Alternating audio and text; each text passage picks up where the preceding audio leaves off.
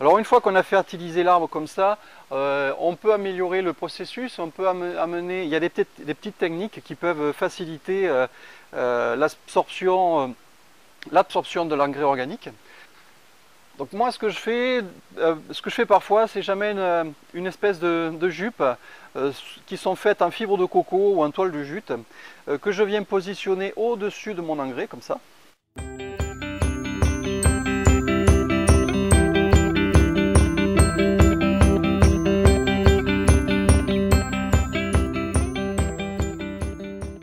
Donc cette jupe va avoir plusieurs avantages, c'est qu'elle va tenir notre engrais organique toujours humide, parce que je suppose que vous avez déjà vu ce phénomène sur nos engrais organiques d'import, japonais notamment, en forme de bouchon. Ce qui se passe, vous avez souvent une espèce de croûte qui se forme au-dessus de cette boule d'engrais organique, et cette croûte est très difficile à humidifier.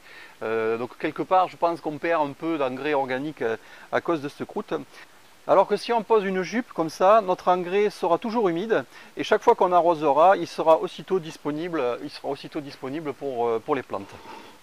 Autre avantage que peut avoir cette jupe, c'est qu'elle va nous empêcher l'herbe de pousser.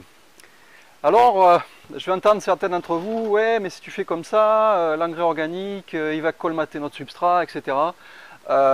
Oui, c'est vrai, mais quelque part, c'est pas vraiment un problème parce que sur des arbres qui sont en culture, on les rempote assez souvent.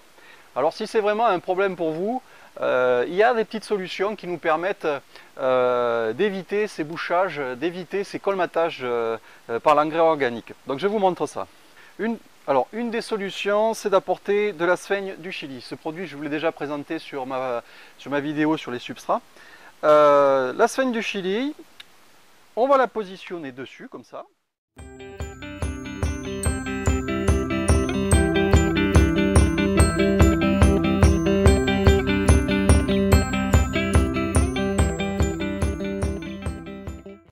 Du Chili, en fait, ce qu'elle va faire, elle va avoir plusieurs avantages. Le premier avantage, c'est qu'elle va nous permettre de conserver une certaine humidité en surface au niveau de nos pots, ce qui va favoriser l'émission des radicelles en surface et ce qui va nous faire élargir nos débris. Ça, c'est le premier avantage. Et le second avantage, c'est le fait de poser notre engrais organique dessus. Cette sphaigne va servir de filtre pour les plus gros éléments, sans empêcher l'eau de descendre. Autre avantage, la sphaigne, à mon avis, amène certains oligo-éléments qui sont absolument nécessaires pour la culture de nos bonsaïs. Donc ça, c'est le premier produit qu'on peut utiliser. Ou on peut utiliser également ceci. Alors ceci, qu'est-ce que c'est? C'est du BRF, du bois raméal fragmenté. Qu'est-ce que ça veut dire exactement? Ça veut dire qu'on a pris des branches qui font entre 4 et 5 cm de diamètre à peu près, les jeunes rameaux de l'année en fait, et on les a broyés. Donc ce produit-là peut être intéressant aussi à apporter sur nos bonsaïs. Donc je vous montre au niveau de l'application, ça ressemble fortement à la même application, à la même application que la sphaigne. Donc je vous montre ça de suite.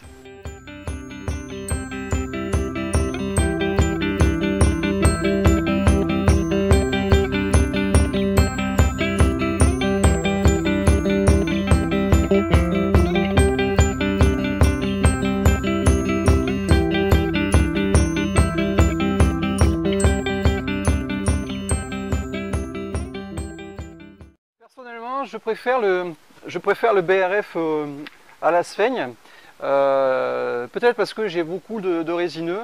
Ça peut être intéressant pour les résineux d'apporter du BRF parce que le BRF va favoriser l'émission de champignons.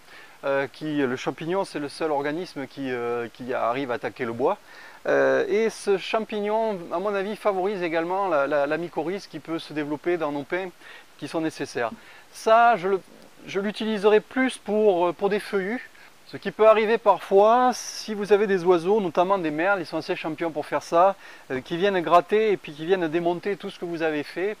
C'est plutôt bon signe, c'est signe que vous avez réussi à à créer la vie dans vos pots. Parce que ce genre d'oiseaux viennent gratter, pas pour le plaisir, mais viennent pour chercher de quoi casser la croûte. Au niveau de la fréquence d'apport d'engrais, sur une application d'engrais de ce type-là, vous laissez cet engrais pendant à peu près un mois, on va dire, selon les températures, bien sûr. Et au bout d'un mois, vous enlevez tout et vous recommencez le même processus. Au niveau des engrais chimiques, et avec chargé en oligo-éléments, faites au moins une application tous les 10 jours. Vous allez voir, ça va quand même aider pas mal vos arbres. Ce qu'il faut savoir, c'est que votre substrat doit être vivant. Un substrat mort, c'est un arbre mort. Donc, n'hésitez pas d'associer les engrais, ce n'est pas un problème.